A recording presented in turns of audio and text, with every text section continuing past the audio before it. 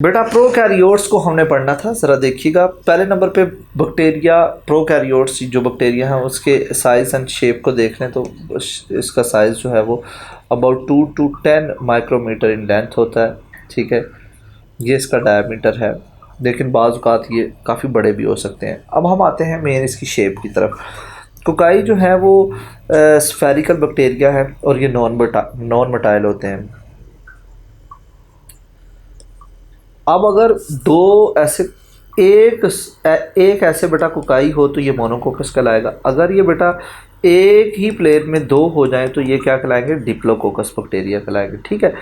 फिर बेटा Streptococcus bacteria, एक ही प्लेन के अंदर ये राउंड बैक्टीरिया हों और काफ़ी सारे हों, ठीक है, तो क्या कहलाएंगे, ये स्ट्रेप्टोकोकस बैक्टीरिया कहलाएंगे। बैसिलाई की बात करें तो ये ऐसे करके रोड शेप बैक्टीरिया होते हैं ज़्यादातर बेटा, ऐसे करके एक इसके साथ और रोड शेप लगा दिया तो ये डिप्लोबैसिलस कहलाते हैं।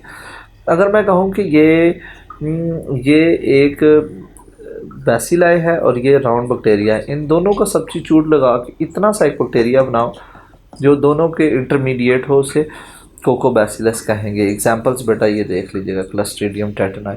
स्पाइरल बैक्टीरिया जो होते हैं वो स्प्रिंग की तरह के ऐसे बैक्टीरिया होते हैं, ठीक है। अब ये क्लस्टर की फॉर्म में, क्लूनीज की फॉर्म में नहीं रहते, इनकी ये ट्विस्ट या कोमा शेप जो है वो उनको विब्रियूज कहा जाता है।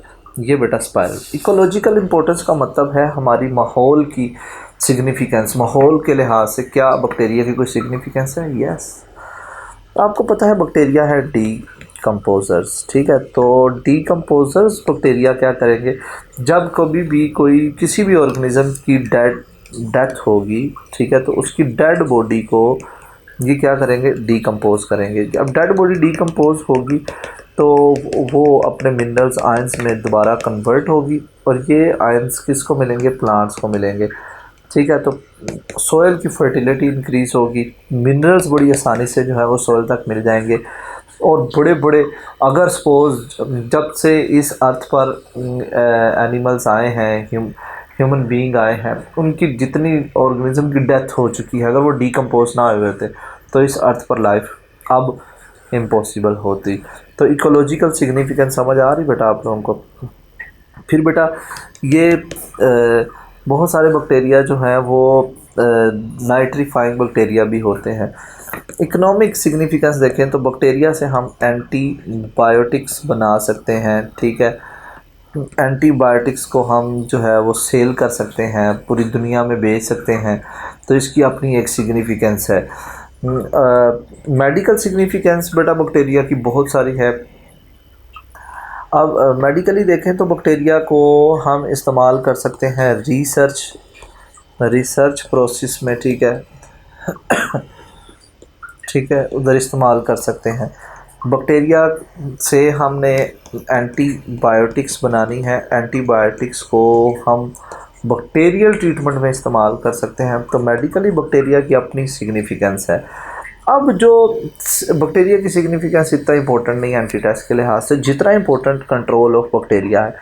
बैक्टीरिया, ऐसे बैक्टीरिया जो पैथोजेनिक है उनको कंट्रोल किया जा सकता है फिज़िकल मेथड से भी और केमिकल मेथड से भी।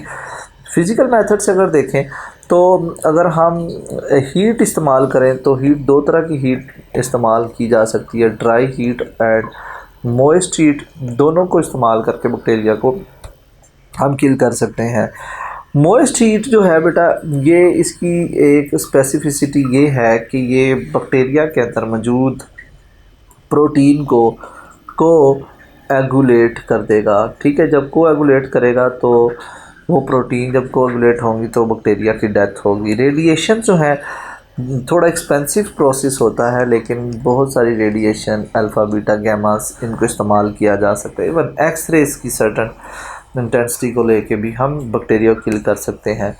बेटा जो फ्लूइड्स प्रेजेंट होंगे, लाइक सीरम प्रेजेंट है, प्लाज्मा प्रेजेंट है, ब्लड प्रेजेंट है, ठीक है, एंटीबायोटिक्स का फ्लूइड मौजूद है, इन सब में से बैक्टीरिया को निकालने के लिए हमें मेम्ब्रेन्स इस्तेमाल करनी होती हैं, ठीक है, क्योंकि अगर टेम्परेचर इस्तेमाल करेंगे डीनेचर्ड हो जाएंगे। और फूड को सर्टन टाइम के लिए सर्टन टेम्परेचर देकर बैक्टीरिया से किल किया जाए और उसे महफूज किया जाए, इसे पास्चराइजेशन कहेंगे। अब बेटा फिज़िकल मेथड ही हम पढ़ रहे थे, लो टेम्परेचर दे फ्रीज़ करके भी हम बैक्टीरिया जो है वो फूड को रिज़र्व कर सकते हैं, लो टेम्परेचर देकर फ्रीज़ करके, ठीक है, इन सबको प्रिजर्वेटिव डालकर भी हम बैक्टीरिया को से बचा सकते हैं फूड को, ये पास्चराइजेशन में इस्तेमाल होंगे। केमिकल मेथड की तरफ आइए। अगर तो हम किसी केमिकल को लिविंग नॉन लिविंग सरफेस पर इस्तेमाल करें बैक्टीरिया को किल करने के लिए, नॉन लिविंग सरफेसेस, तो बेटा ऐसे ये वाला जो प्रोसेस होगा, ठीक है, इसे हम डिसइंफेक्शन कहेंगे। एंटीसेप्सिस की बात करें तो बेटा ये लिविंग सरफेसेस के ऊपर केमिकल को इस्तेमाल करके बैक्टीरिया को किल करने या उसकी ग्रोथ रोकने के लिए इस्तेमाल होते हैं। कीमोथेरापेटिक एजेंट जो है लिविंग बॉडी के अंदर, लाइक एंटीबायोटिक्स जो है लिविंग बॉडी के अंदर जो है वो बैक्टीरिया को किल करने के लिए इस्तेमाल हो तो कीमोथेरापेटिक एजेंट कहलाते हैं। और वैक्सीनेशन भी एक ऐसा प्रोसेस जिसमें हम बैक्टीरियल और वायरल डिजीज़ को की ग्रोथ को रोक सकते हैं, ठीक है। तो ये बेटा कंट्रोल ऑफ बैक्टीरिया यहाँ कंप्लीट हुआ।